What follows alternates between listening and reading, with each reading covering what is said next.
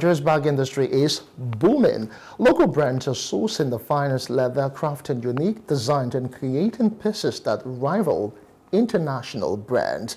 A great bag isn't just an accessory, it is a statement, a prized possession, and sometimes even a work of art. Today, we'll sit down with Esther Ayeni, a founder of Queenie's World, a premium leather bag brand with a passion for craftsmanship. Esther has trained thousands of aspiring designers and built a brand known for quality and innovation. Now, from Lagos to the world, Queenie's World is redefining Nigerian fashion manufacturing. We'll dive into her journey, the business of bag making, and what it takes to turn creativity into a thriving brand. Thanks for joining us, Esther, on Business Insights. Thank you. I'm so glad to be here. Yeah, it is a pleasure to have you. So let's talk about the journey into bag making industry. You just sat down one day and like, okay, I'm spending so much on international brand Prada and Co. So what really inspired your journey into making bags, and not just for yourself, but of course for others and for the markets generally? Okay, thank you. So for a long time, I've been like a lover of entrepreneurship, business. I got the inspiration from my mom.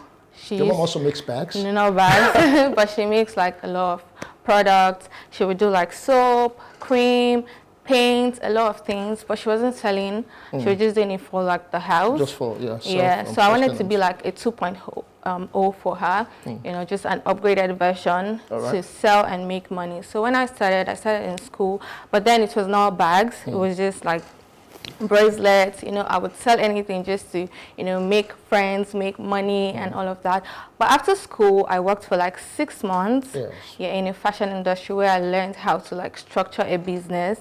And so I started off as a fashion designer, like I was selling clothes, but when I went for a particular event, I took like my bags and clothes for the exhibition, and the clothes were there, literally, nobody was buying. Wow. But the bags, the African bags, got sold out. I got so many comments about the bag. Many foreigners were like, they're in love with the bag. Some even told me they were going to buy 100 pieces. I mean, they didn't buy, but the inspiration was just so good, and I was like, okay, this is a unique, line, and I'm actually very, pinned with unique designs and unique things. So I decided to go into the bag business. Okay, let's get back to your educational pursuit before talk about where you are now. Okay. What did you study in school? Well, I studied banking and finance. And you didn't want to work in the bank? No. You didn't want to follow the normal or the regular 9 to 5? I never had a thing for banking. Okay. I was an art student before, but because I had like an issue with my literature, You didn't like literature? I didn't like reading books. So, I failed my literature and my so I actually switched. But I was good in other subjects. I had like A's, B's in my other... Like books? No, not books, like reading novels and all of those things, Yes. So I had to like switch to the commercial part. So I read banking and finance, So, since you left the whole banking, the whole 9 to 5 profession, and you're talking about entrepreneurship now. So how has it been? Let's talk about production of the bags, because most people would say, well, I need so much finance or capital, outlay before I can even talk of starting something. But is it something you can start small? And generally, how's the bag industry in Nigeria? Okay, so I actually started a bit small. It was not because I had like my machine. I was testing the market. You were sewing by yourself? I got a person that could sew, but I already had my knowledge. I always tell people, before you start a business, have like a basic knowledge of what you want to do, so you don't be at the mercy of your workers or the people that are working with you. So I started off with my machine and some materials. We started And the good thing is that when I started, it was COVID period. So it was like an advantage for me because at that point, a lot of people, aside having so much time, a lot of bag vendors that wanted to get bags, they ordered for bags from China, but they were not getting it because of the, so they were like, so they were dependent on, handmade, So at that point, I started to get sales, wholesalers, people ask, okay, let me try your product. I mean, they were just like, oh, let's help, let's just manage. But right now, people are not managing my product. They're actually blessed to use my product. Okay, I see you have something there on the table. Let's just see. But because just show us, because one of the things I usually have with products made in Nigeria, most times Nigerians complain about quality and finishing. So how would you say Nigerian products, specifically bags now, stand side by side with the ones made internationally? Okay, so if you look at our product, most times when people see our product, they compliment, they're like, oh, are you sure you made it in Nigeria? I'm like, definitely. Like, we make from the scratch to the finish, we make everything here in Nigeria. The raw materials are sourced, that looks like ashoke or something. Yes, this is ashoke. So 90% of our materials are sourced in Nigeria, but for the accessories, for now, we'd still ship them. At least we still get some. Like 10%, So like accessories like this, the square ring, the D-ring, here in Nigeria. No, we source them. Yes, but the rest, so the 90% is locally, Look at this too. So this is like leather and paint art. So I actually mix my art, and infuse it on with the bag. So let's talk about the business climate in Nigeria. Almost everyone has been complaining, let's say in the past, specifically with this present administration, or dispensation rather, and with the inflation rate and everything. How would you say doing business for entrepreneurs like yourself is like in Nigeria? And what about patronage in terms of how Nigerians, appreciate and locally made brand? How would you say it has been? Okay, so I've been getting good patronage. I would say like 50% of my clients are from Nigeria, then the 50% from all over the world. So, I mean, that's fair, but I'm trying to reach out to more Nigerians. I want us to be so excited to associate with Nigerian brands. Yes, so because obviously there's this mindset, oh, I want to wear foreign brands, and those foreigners too see us as foreign brands. So obviously, of course, so that's it. So they're always excited to wear our products because I get more excitement from my foreign, clients when they see our product. Oh, I'm so happy to wear your bags from Africa. They're so excited. They want to start the business. Some just want to just associate themselves. So I want that same excitement from our Nigerians. Most times they see patronizing us as a big deal or just helping. I don't want it to be like that. I want them to see it as a big deal for them to actually own our product. It should be like, oh yeah, I'm proud to own, Queen's brand and all of those things.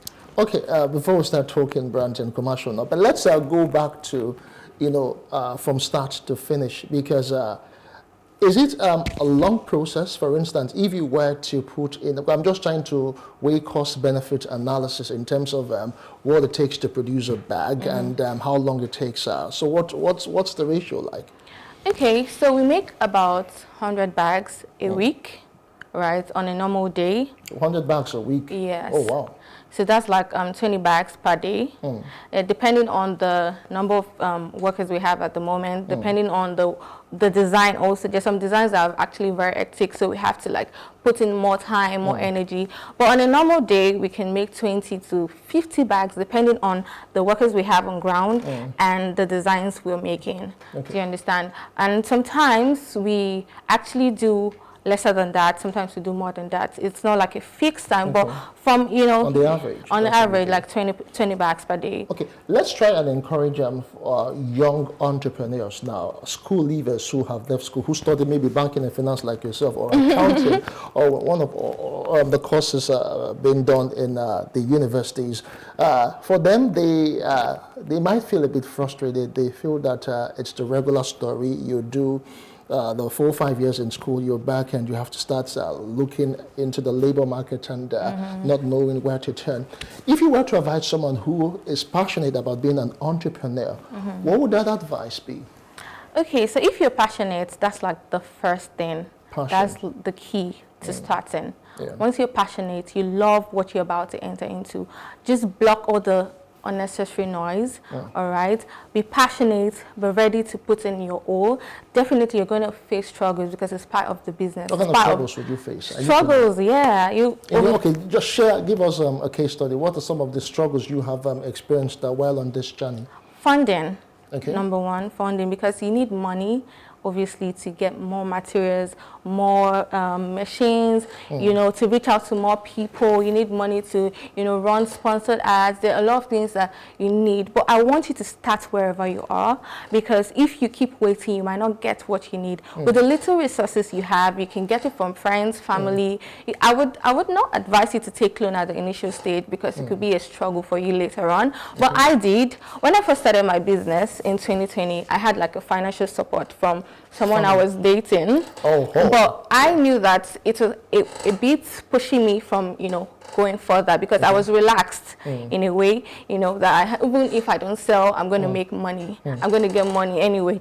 But when I, you know, put off that relationship in 2021, I was like, okay, I'm on my own now. I need to push, you know. So I took a loan.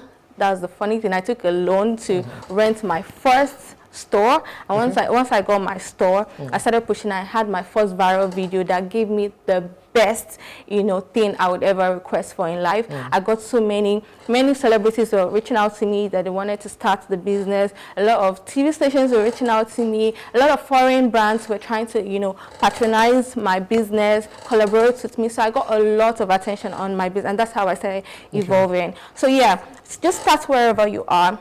Don't give up. Push. I mean, every motivational speaker will say, oh, don't give up. But for real, you don't have to give up, because you definitely face others.